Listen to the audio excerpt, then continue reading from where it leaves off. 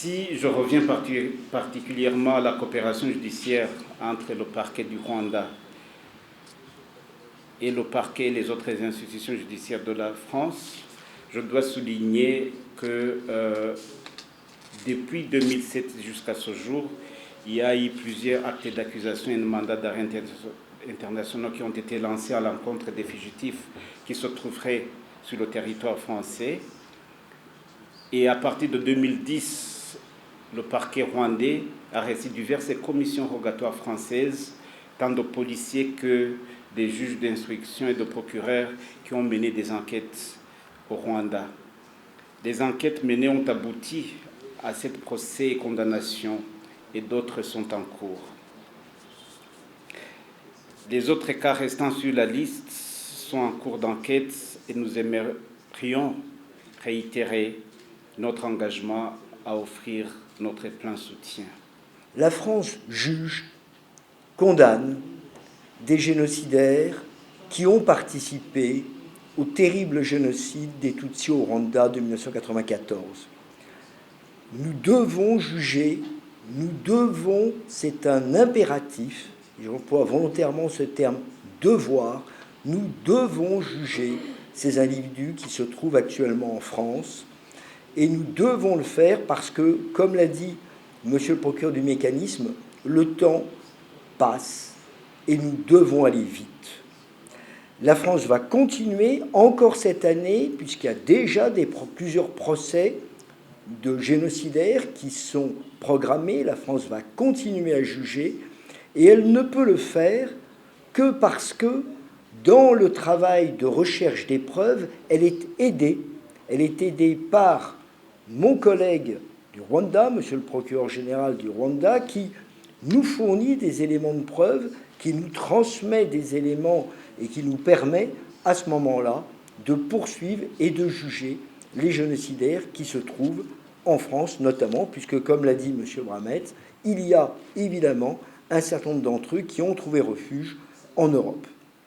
Notre collaboration avec le parquet général du Rwanda est excellente depuis plusieurs années. C'est grâce à lui que nous avons de multiples demandes d'entraide internationale qui sont exécutées et qui nous permettent d'avancer de manière très efficace. Et puis cette collaboration, elle est aujourd'hui renforcée grâce au travail du mécanisme dont le procureur est également à cette tribune. Et c'est vraiment un travail à trois qui est réalisé, une véritable synergie à trois qui est effectuée pour partager des analyses, pour faire remonter des éléments d'information, pour avoir des éléments de preuve, et le tout pour aboutir à des jugements. Juger les génocidaires, telle est notre véritable obsession, et nous devons le faire, nous n'avons absolument pas le choix, c'est notre obligation pour lutter contre l'impunité. Nous allons poursuivre cette activité cette année, nous allons également le faire dès l'année prochaine et dans les années qui vont suivre. Cette synergie, elle est efficace, nous la voyons très concrètement dans les dossiers, nous voyons ces dossiers qui avancent, mais nous devons poursuivre, nous devons aller vite, car comme cela a été dit, le temps joue effectivement contre nous.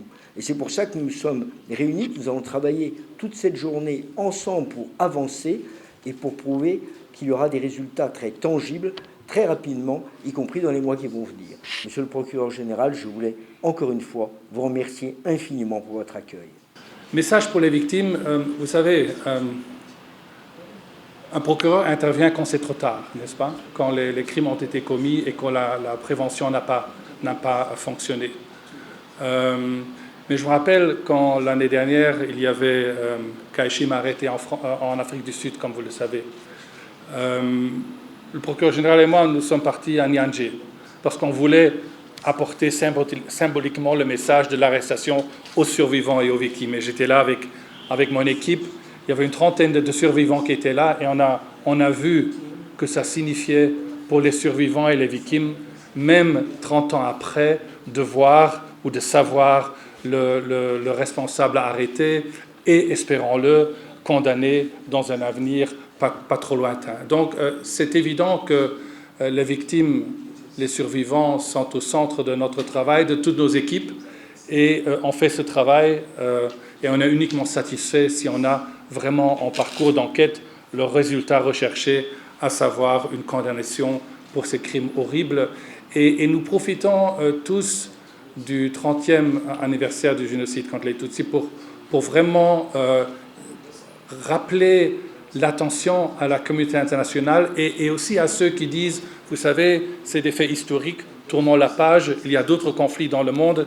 Non, c'est important de rappeler que pour les survivants et puis les victimes, leurs vies se sont arrêtées il y a 30 ans et tous les jours, ils attendent à ce que justice soit rendue. Et même si c'est très tard, on veut rappeler au 30e anniversaire qu'un travail important reste à faire et que cette opportunité restera encore pendant quelques années avant que ce sera malheureusement trop tard.